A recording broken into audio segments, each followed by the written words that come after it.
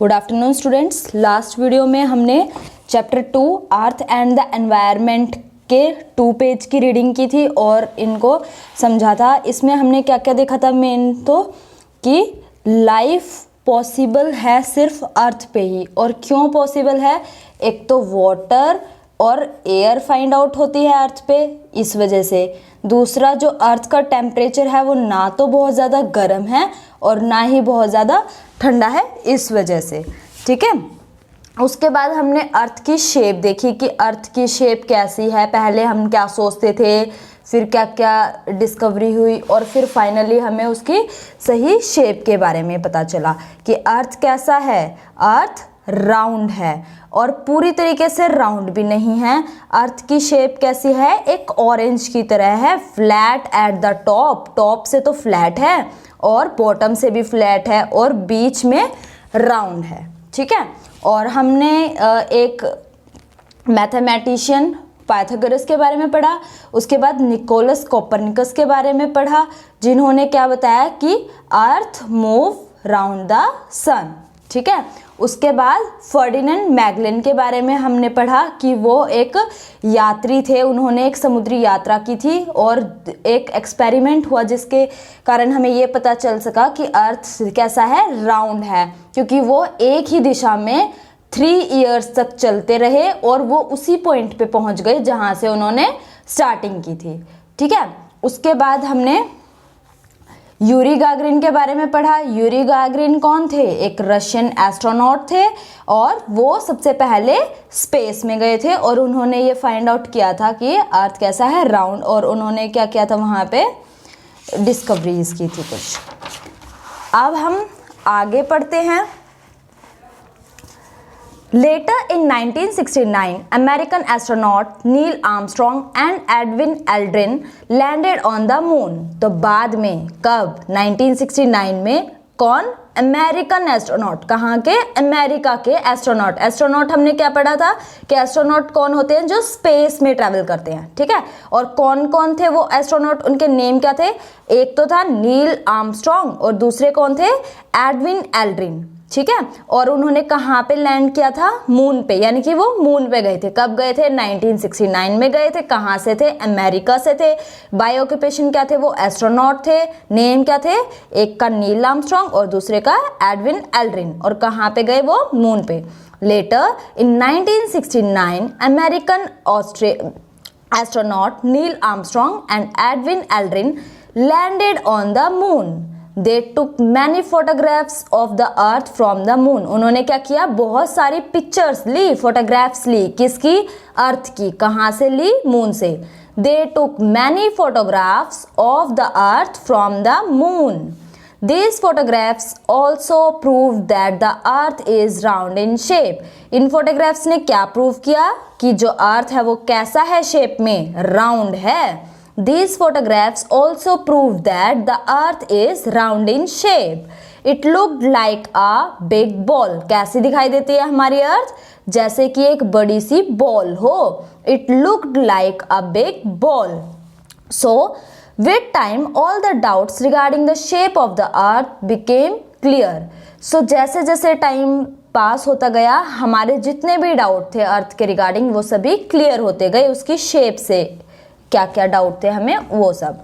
So with time all the doubts regarding the shape of the earth became clear. ठीक है। अब हम कुछ क्विक रिवीजन पढ़ने से पहले डू यू नो पढ़ लेते हैं। Laika a dog was one of the first living beings to go into space. Laika, Laika क्या है? एक डॉग था, एक डॉगी का नेम है लाइका। तो लाइका जो कि एक डॉग है वो पहला लिविंग बीइंग था, यानी कि पहला ऐसा जीव था जो कि कहाँ गया था? स्पेस में गया था। Laika a dog was one of the first living being to go into space.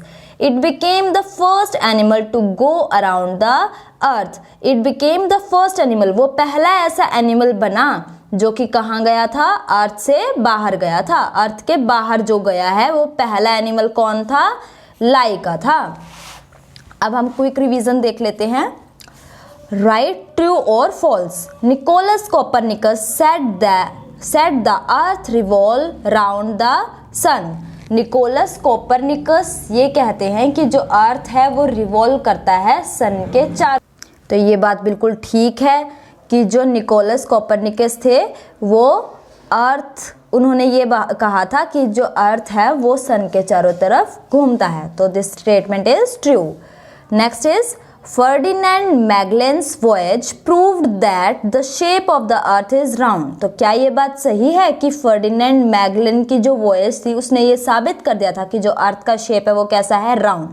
तो हाँ, ये बात बिल्कुल ठीक है क्योंकि वो एक ही डायरेक्शन में मूव करते रहे और आफ्टर 3 इयर्स उनको ये पता चला कि उन्होंने जहाँ से शुरू किया था वो वहीं पहुँच गए। तो इससे क्या पता चला कि अर्थ की शेप कैसी है, राउंड है। तो ये बात सही है। सो इसका आंसर क्या हो जाएगा, true. Next is Yuri Gagarin was a British astronaut. क्या ये बात सही है? नहीं, हमने तो ये पढ़ा था कि जो यूरी गागरिन है वो कहाँ से बिलोंग करते हैं, रशिया से। So Yuri Gagarin was a Russian astronaut. So this statement is false. Now let's discuss surface of the earth. Earth की सरफेस कैसी है? The surface of the earth is made up of land and water. तो अर्थ की surface किस चीज़ से मिलके बनी है? एक तो लैंड से और वाटर से। देखो, या तो हमें पूरी अर्थ पे लैंड फॉर्म्स देखने को मिलेंगी अलग अलग तरीके से, कहीं पे हिल्स होंगी, कहीं पे वैली होंगी, कहीं पे फ्लैट सरफेस होगा, या फिर अगर हमें लैंड नहीं देखने को मिलेगी तो क्या देखने को मिलेगा, वाटर देखने को मिलेगा। अर्थ वाटर से भी घिरी हुई है, या तो वो लिक्विड की फॉर्म में होगा या फिर वो आइस यानी कि सॉलिड फॉर्म में होगा। So the surface of earth is made up of land and water. Earth का सरफेस किस चीज से घिरा हुआ है, बना हुआ है? या तो लैंड से या फिर वाटर से। और क्या आप जानते हैं कि अर्थ पे लगभग 3/4 पार्ट तो किससे घिरा हुआ है, वाटर से घिरा हुआ है, और बचा हुआ पार्ट क्या है, लैंड है। उसके अलावा अर्थ को हम एक डिफरेंट नेम से भी जानते हैं। क्या है वो नेम? Blue planet. अर्थ को हम क्या कहते हैं? ब्लू प्लेनेट के नाम से जानते हैं अर्थ को। Nearly 3/4 of this surface is covered with water. लगभग 3/4 यानी कि 4/4 का 3 पार्ट तो सिर्फ क्या है, अर्थ पे वाटर ही है। Nearly 3/4 of this surface is covered with water and the rest of it is land। और बाकी का कितना बचा? 3/4 तो वाटर है, तो बचा कितना? 1/4, और 1/4 क्या हो जाएगा? लैंड हो जाएगा। Our earth appears blue from the space because most part of the earth is covered with water and ice।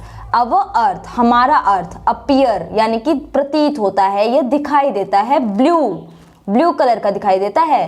From the space, जब हम उसे स्पेस से देखते हैं। बिकॉज, क्योंकि मोस्ट पार्ट ऑफ द अर्थ, ज्यादातर पार्ट जो अर्थ का है, इज कवर्ड विद वाटर। वो किससे घिरा हुआ है? वाटर से और आइस से। या तो बर्फ से घिरा हुआ है या फिर वाटर से घिरा हुआ है।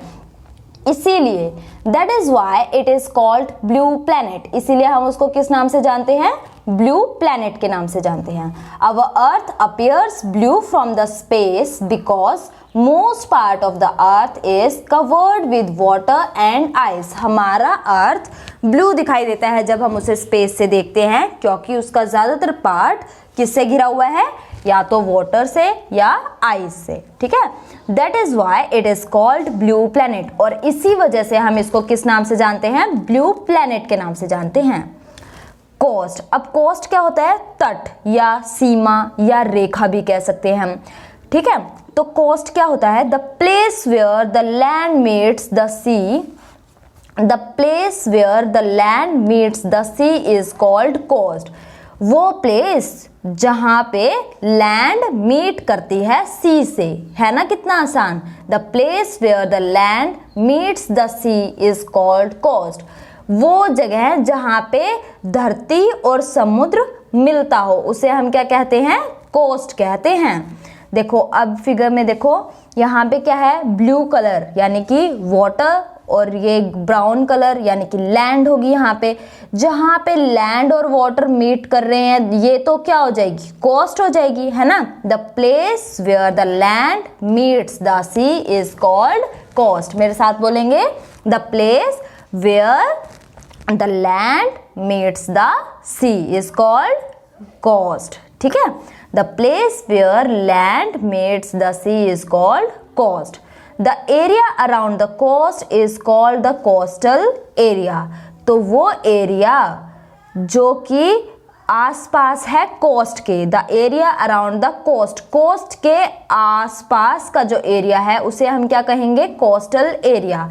यानी कि लैंड और वाटर जहां मीट करेंगे वो तो हो गई कोस्ट, और उसके आसपास के जो एरिया होंगे उनको हम क्या बोलेंगे, कोस्टल एरियाज। ठीक है, these coastal areas are generally defined as the crossing point और transition area between land and सी।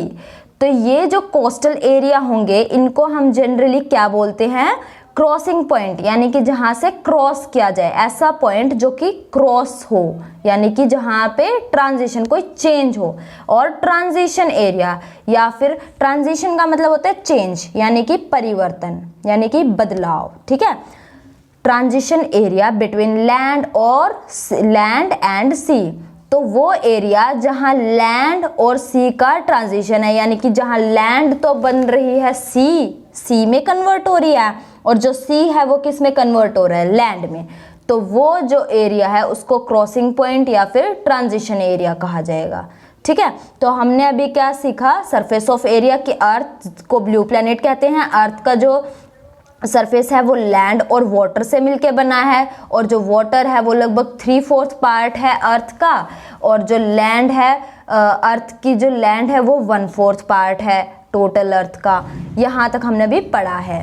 अब हम डू यू नो पढ़ेंगे next page, that is page number 13।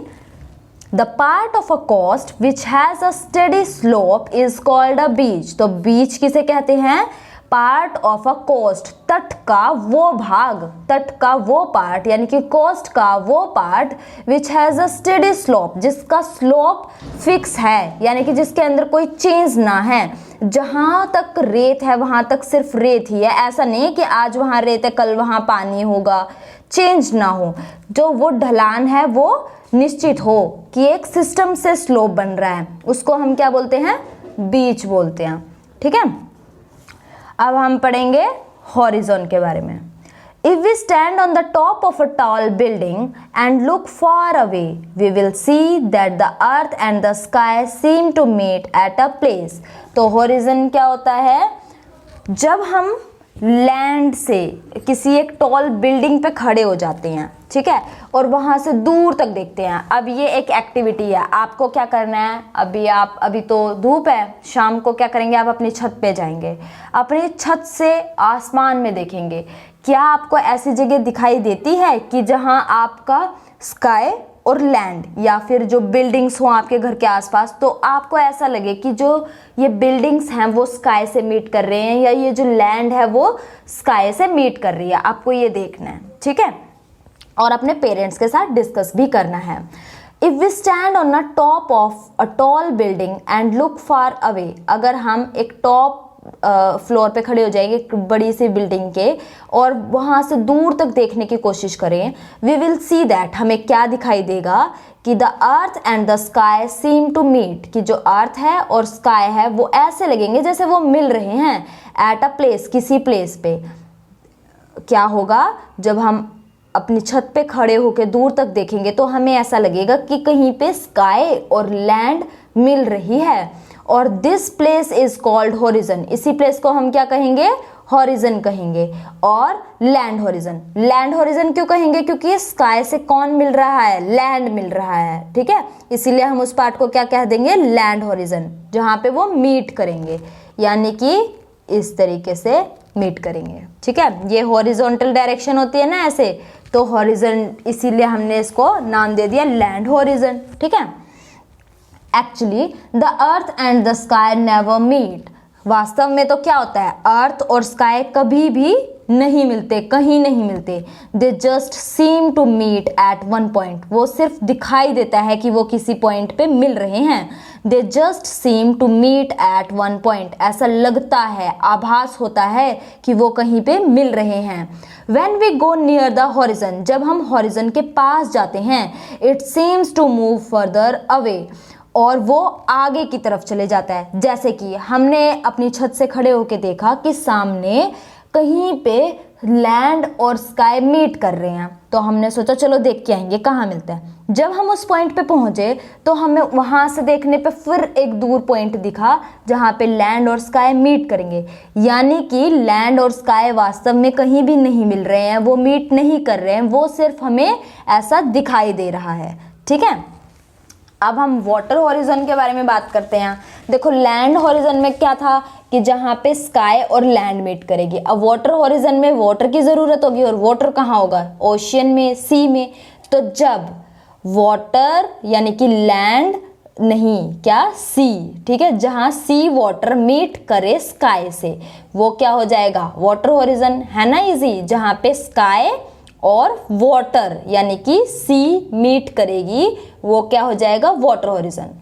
तो if we stand at the sea shore, जब हम समुद्र के किनारे, सी शोर होता है समुद्र तट यानी कि समुद्र के किनारे पे, if we stand at the sea shore, जब हम समुद्र के किनारे खड़े हो जाते हैं, and look at the sea, और समुद्र में देखते हैं, it will seem that the sky is meeting the sea at a distance. तो ऐसा आभास होता है या ऐसा लगता है, ऐसा प्रतीत होता है कि जो स्काई है वो मीट कर रहा है सी से एक डिस्टेंस पे, यानी कि कुछ दूरी पे कहीं पे स्काई और सी वो आपस में मिल रही हैं, स्काई और वाटर मीट कर रहा है। If we stand at the sea shore and look at the sea, it will seem that the sky is meeting the sea at a distance. The place where the sky and the sea water seem to meet is called water horizon. The place, वो स्थान जहाँ, where, जहाँ, the sky, आसमान, and the sea water, समुद्र का पानी, सीम to meet, ऐसा लगे कि वो मिल रहे हैं, इज कॉल्ड, कहलाए जाएंगे वाटर हॉरिजन। उसे हम क्या कहेंगे? वाटर हॉरिजन कहेंगे। The place where the sky and the sea water seem to meet is called water horizon. ठीक है, उसके बाद just like land never meets the sky, जैसे कि जिस तरह धरती कभी भी नहीं मिलती आसमान से, स्काई और लैंड मीट नहीं करते, water too never meets the sky, water भी, TOO का मतलब होता है भी, water too never meets the sky, वो भी कभी नहीं मिलता, किससे? स्काई से।